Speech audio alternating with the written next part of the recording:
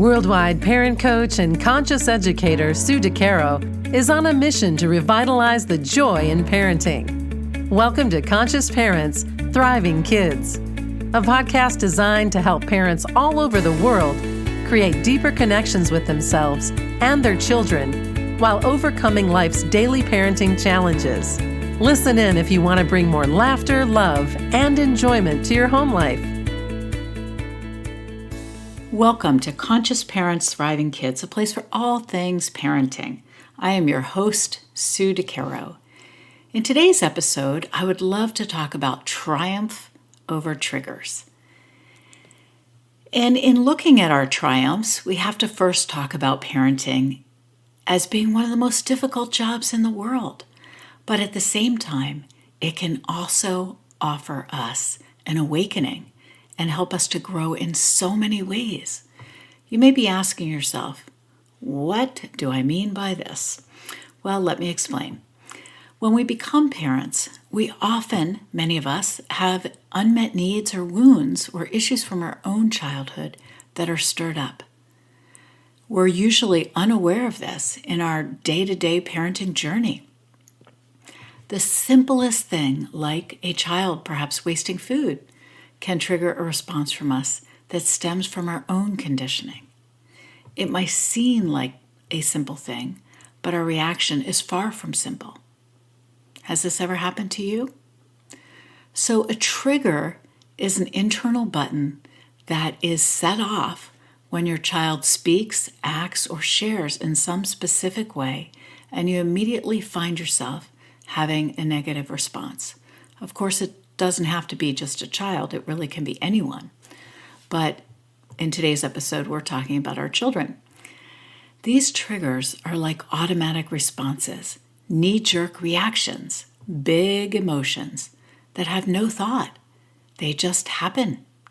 Many times, the response does not fit the crime, and it's our conditioning responding, not actually our heart. So, where do these triggers come from? A great question, right? They often come from our own upbringing, our own experiences, societal pressures and conditionings that occur when we were younger. These things can program us to have a negative response when the past experience is recreated, or it feels like it has been recreated.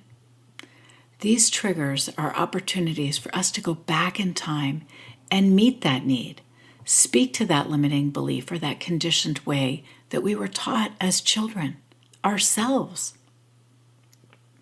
Though this is easier said than done, right? But bringing awareness to what has happened in the past is the only way that we can move forward without these big emotions. We must decrease the reaction that occurs when we feel the trigger ignited. In many cases, these triggers are unmet needs or unresolved issues that need attention. They need nurturing and lots of compassion.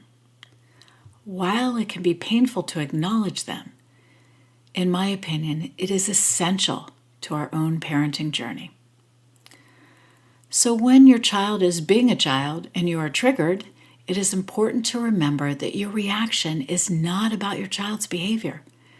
You're simply having a reaction because of what the behavior is bringing up for you from your own experience and past. So it's actually happening within you. Today, we focus so much on emotional intelligence, helping our children learn to express themselves and share their feelings and emotions freely. For many of us as parents, this was not the case during our own childhood. We did not always learn how to identify and share emotions without some form of punishment or perhaps shame. So here are some things that we can do. The first is try not to limit your child from expressing their feelings and emotions even if you are uncomfortable. If we react, shame, and punish our child for what makes us uncomfortable, they will learn to suppress and perhaps grow up to have the same or similar triggers that we have. So as you move forward, keep your attention and awareness on when your emotions show up and make sure to take time to pause and reflect, not respond in a way that shuts your child down. It does not serve our children to impulsively react, nor does it serve us. The second tip is identify your own triggers. Try to bring attention to what causes you to feel these big emotions and these big reactions. This is one of the first steps to helping ourselves to move forward in a different way with a different practice. Third, pause and reflect on this trigger. Think back to a time when this was present in your life. Perhaps with a child who is wasting food and creating a reaction from you, think back to your dinner table, your parents' values, and what that looked like. What was said when you were young about wasting food? If you cannot remember, perhaps have a very light conversation with a sibling or a family member around the topic, just from a place of curiosity. You don't need to share the trigger to get the necessary information. You just need to gently ask the question. And once you have a better understanding of the root, then you can create action steps to move forward. So as I mentioned, most triggers are unmet needs that we have experienced. So tip number 4, now is the time to meet those needs. It might mean reparenting yourself, nurturing yourself in a way that was not available or offered to you as a child. Self-compassion is huge during this process. The only one that can help us move past the trigger is us. So be who you needed when you were a child. Act out these triggers from a different script. Provide yourself exactly what you might have wanted back then, whatever age that might have been for you. Reparent your inner child that is calling out for attention every time she or he is triggered. So in the case of the food wasting, perhaps you might say to your inner child, I can see that you're not really interested in eating this, or perhaps you don't really care for it. Let's move it off your plate and see what we might be able to give you that speaks better to you, to your taste buds. This is coming from a place of compassion. And last tip is remembering that taking care of ourselves daily is crucial.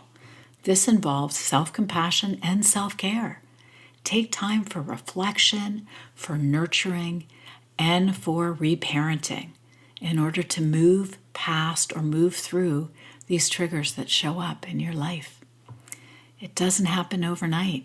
It is a process that takes time and more time. But little by little, we heal. And that is the important part.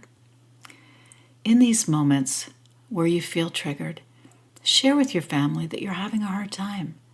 Verbalize that something is resurfacing for you and you need time to just look at it. It is so important for our children to know that they are not the cause of our reactionary state, but rather that there's something else taking place that absolutely has nothing to do with them. This is how we triumph over our triggers. If you could use any support in this, please reach out to me or visit my website, www.decaroparentcoaching.com. Thank you for joining me, and remember, every moment is a new moment for conscious connections. Thanks for listening to Conscious Parents, Thriving Kids. If you like what you heard, the best compliment you can give us is to share this podcast with a friend. And be sure to give us some stars and a favorable review at Apple Podcasts or wherever you listen in.